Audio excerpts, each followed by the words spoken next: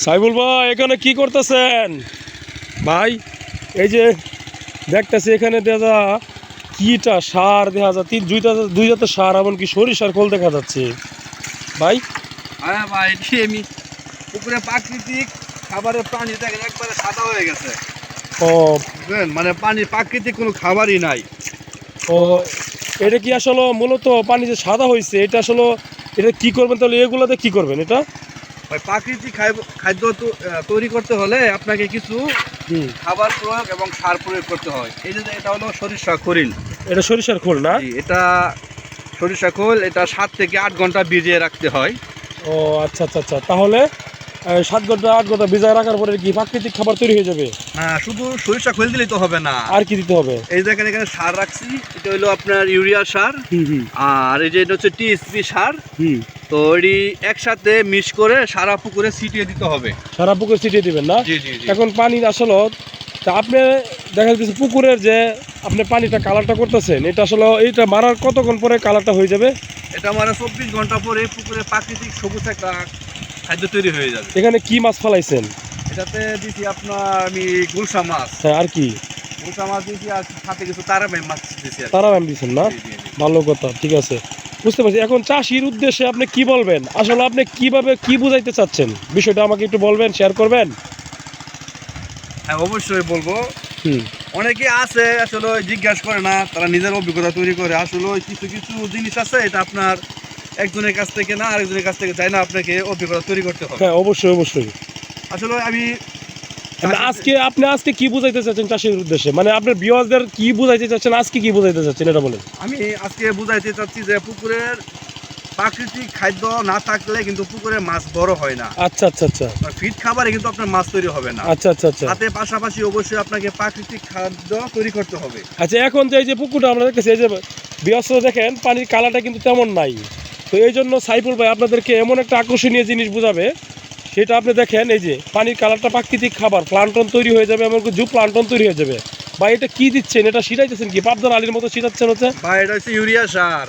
ও আচ্ছা আচ্ছা আচ্ছা আচ্ছা। মাছ চাষ ক্ষেত্রে হলে আপনাকে সার অবশ্যই ব্যবহার করতে হবে। যেমন চাষাবাদ ক্ষেত্রে আপনাকে সার প্রয়োগ না হলে চাষাবাদ ভালো হয় না। আচ্ছা, এটা শতক প্রতি আপনি এই টিএসপি ইউরিয়া সারটা কত করে দিচ্ছেন কথা নি? আসলে মাছের উপরে আপনি প্রতি শতকে আপনি 200 গ্রাম করে ব্যবহার করতে পারবেন। 200 গ্রাম করে জি জি জি। শতকে? আচ্ছা, আপনি বিয়ারদেরকে একটু দেখান তো আসলে কীভাবে আপনি এটা মানে এটার সিস্টেমটা করেন, কীভাবে দেখাচ্ছেন পুকুরে, এটা দেখান তো দেখি। এই যে সরিষা খোল ভিজাইছি এবং টিএসপি সার আছে এবং ইউরিয়া সার আছে। আচ্ছা আচ্ছা আচ্ছা এগুলো আগে সরিষা খোল সারা পুকুরে আপনি ছিটিয়ে দিবেন 7 ঘন্টা 8 থেকে 8 ঘন্টা ভিজিয়ে রাখা। আচ্ছা আচ্ছা আচ্ছা তারপর পাশাপাশি সারগুলো সারা পুকুরে আপনি এভাবে ছিটিয়ে দিবেন। পুকুরে যেভাবে ধান চাষে যেভাবে সবাই ছিটিয়ে দেয়, জি এভাবে কিন্তু আপনি ছিটিয়ে দিতে হবে। জি। ছিটিয়ে দেওয়ার পর 7 থেকে 8 ঘন্টা পরে অথবা সর্বোচ্চ 24 ঘন্টা পরে আপনার প্রাকৃতিক খাদ্য তৈরি হয়ে যাবে। দেখেন খামারি ভাইয়েরা, এই যে দেখেন, এটা হচ্ছে মানে আসল প্রাকৃতিক চাষি, যাটা যে নিজে ভিডিও দেখেন পুকুর পাড়ে নিজে সার হাতে রেখে আপনাদেরকে উদ্দেশ্যে এত কষ্ট করে ভিডিও করতেছে, এমনকি দেখাচ্ছে মাছ চাষ সম্পর্কে কীভাবে মাছ খাবার প্রাকৃতিক তৈরি হয়। সাইফুল ভাই সেটা বুঝাচ্ছে, তার কাছ থেকে আমার অনেক কিছু শিকার আছে। সেই জন্য ভাই আপনারা ভিডিওটা ধৈর্য সহকারে দেখবেন, অনেক কিছু শিকার আছে। এই যে দেখেন সরাসরি লাইভে দেখেন আমি সার ব্যবহার প্রয়োগ করতে। এই যে আপনি একটু, আমরা ভিডিওটা একটু লং হবে, আপনি দেখেন কিভাবে কি করতেছে, সিম্পলি দেখেন। সাইফুল ভাই আমাদের নেমে গেছে পুকুরে, পুকুর সারা পুকুর নিয়ে ছিটাচ্ছে, দেখেন।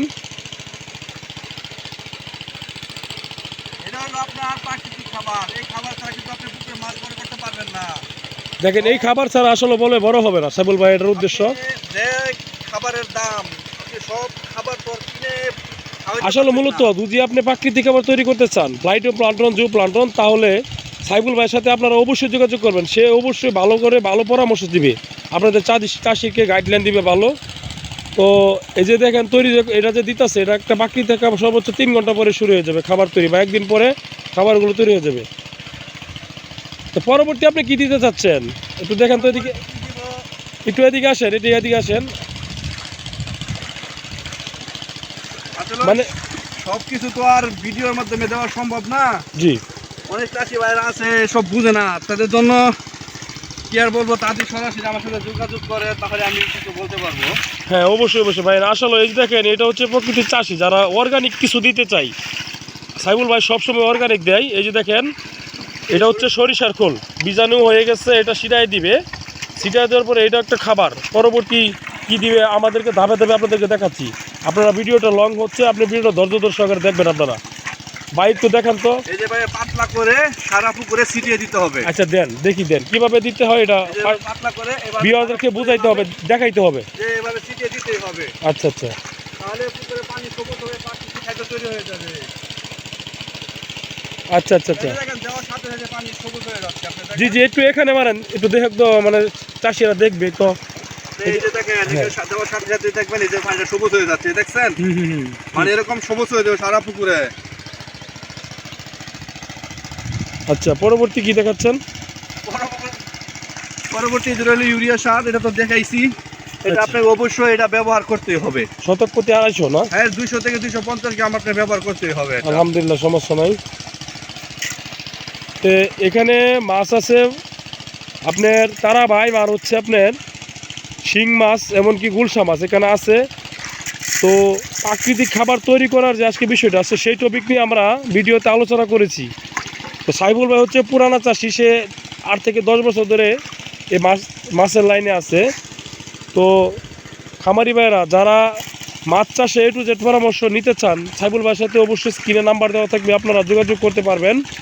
এমনকি যে কোনো মাছ যদি প্রয়োজন হয়, ডিম পোনা, এমনকি রেণু পোনা থেকে ব্রিডিং করে সে, তো সেটার জন্য আপনারা অবশ্যই তার সাথে যোগাযোগ করবেন। এমনকি ময়মনসিংহ ইনস্টিটিউটে থেকে সে প্রশিক্ষণপ্রাপ্ত, আপনি তার সাথে যোগাযোগ করতে পারবেন, সমস্যা নাই। তো সাইবুল ভাই আরও কিছু বলার আছে উদ্দেশ্যে, মানে আপনার চাষির আজকে আর বলার মতো কিছু নাই। পরবর্তী যদি কোনো ভিডিও সুযোগ পাই তাহলে পরবর্তী একটা জি ভিডিও ভাই, দেব। ঠিক আছে। সে ভাই সাহেব ভাই বলছে পরবর্তী আপডেট আপনাদেরকে দিবে। পরবর্তী আপডেট দেখার আগ পর্যন্ত আপনাদেরকে শুভকামনা রইল। আল্লাহ হাফেজ, ভালো থাকবেন, আসসালামু আলাইকুম।